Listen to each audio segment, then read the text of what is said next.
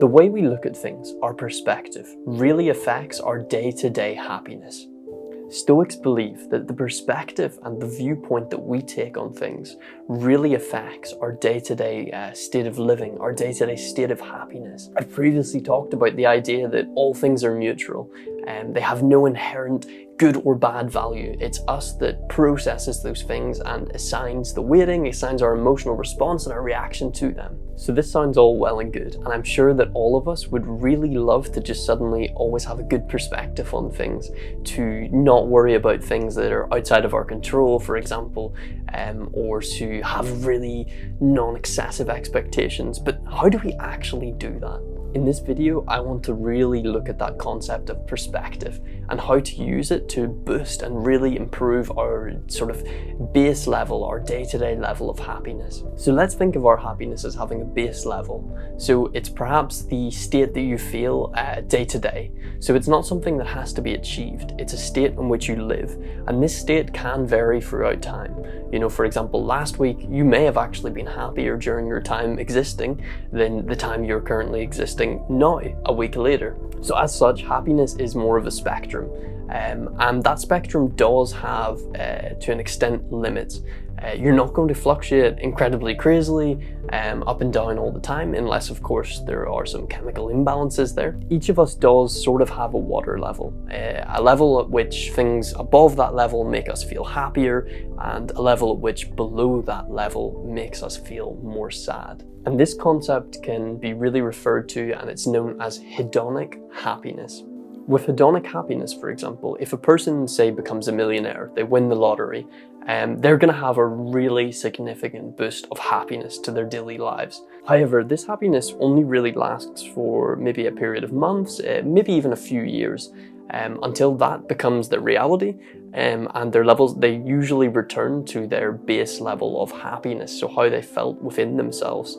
And the level of happiness and perspective that they previously had on the world. Of course, that's not to say that someone that was suffering in poverty or going through extremely tough times will not have a higher base happiness by becoming a millionaire. But let's assume that we don't have financial troubles or issues and we've just gained that extra boost from increased wealth or possessions. The sad reality and the reality of hedonic happiness is that we will return to our base water level, and it's something that many famous people, a lot of very famous actors have talked about experiencing. This idea that money doesn't make you happy, it's a very cliched and common thrown around term, because if we can have that base level a lot lower and a lot more achievable, you're going to feel happier a lot easier.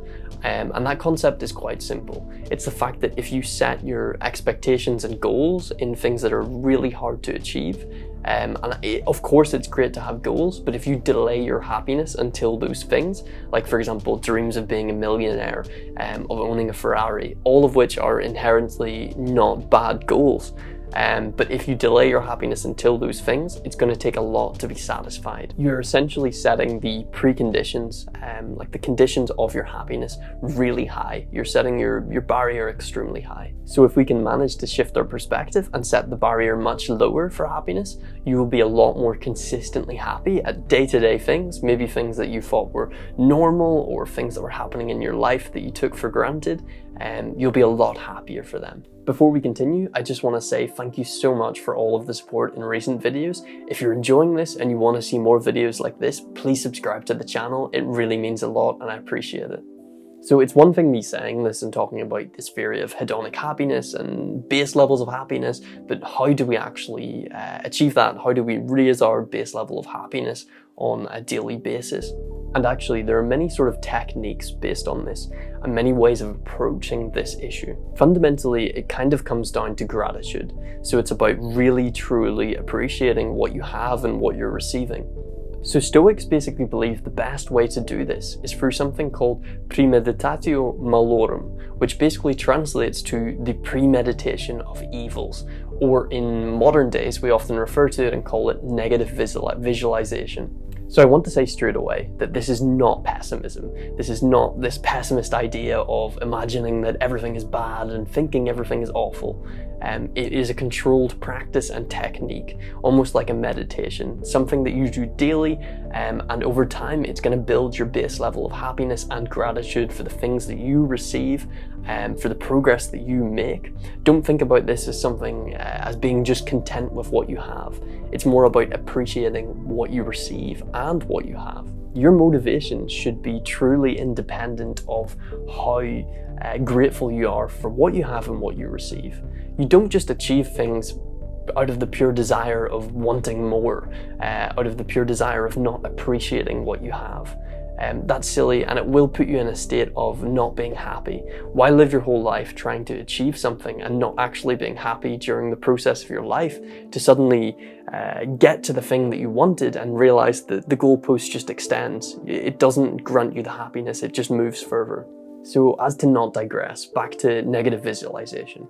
So Seneca used to often sit down, for example before a trip, and he would think in a controlled manner and visualize all the things that could go wrong. He would visualize things being often the worst state that they could possibly be. This would allow him to prepare for worst case scenarios, and this is something businesses also practice.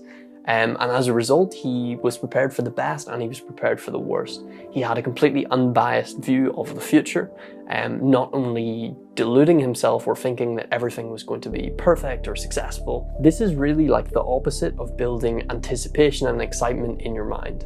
Of course, it's good to be excited about something and to be happy and joyful for the future, but there's a real difference between that and building up an image in your head that's really not true. We often know too well that when we hype ourselves up for something, our expectations become so high that whenever that thing actually happens, like an event or a trip, it rarely ever meets or exceeds our expectations. So theoretically, in a controlled and conscious way, imagining and bringing your expectations down lower.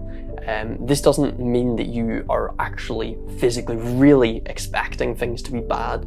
It's more about creating that mental image in your head.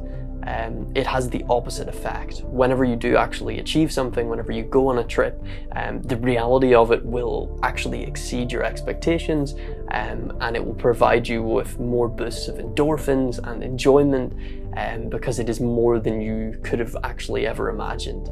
A small example of this, and it might seem silly, is, for example, if you've purchased or you're moving into a new house, even if you've already picked it and you know what it's like, you can sit down and you can visualize how awful it could be to live there, various problems that may exist. Even though this is not reality, it creates an image of this awful place to live in, where things are not functional, they're not working. So you're visualizing the lowest, the crappiest house that you could possibly live in. And now when you actually move to that house, every little detail about it is going to really blow that visualization out of the water.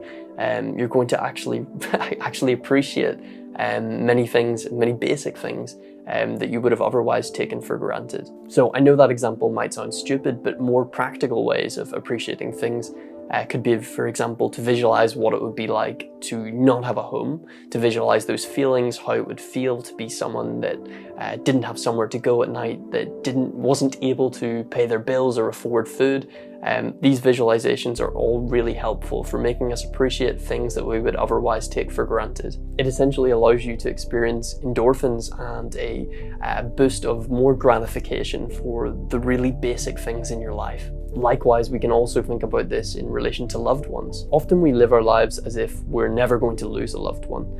And we don't really realize, and it's very cliche, how much we had or how much we appreciate them until they're gone. So in visualizing and thinking about what it would be like to lose someone, so whether that's your partner, whether that's your child or a family member, it allows us to really appreciate them for the moment that we have them. It reminds us that life is not eternal. Life is going to end, and that puts a lot extra emphasis on the value of it. So the key difference here is that you do not fixate on these things. It's not something that completely shapes your worldview, like you suddenly become pessimistic and think everything is bad. It is this daily practice, it's this daily way of thinking about things, and about recognizing the things that you have and the things that you could lose. After all, in reality, everything that we have is borrowed. It's not borrowed from anyone in particular, but it's something that we keep with us for this life, and we could lose at any time. Whether that's our job, our house, our loved ones, we all know this, but we often just pretend that we don't. This practice allows us to remember that and appreciate it. And trust me, the more that you do this, the more that you practice it, the more you'll be appreciative for the things that you take for granted in your daily life.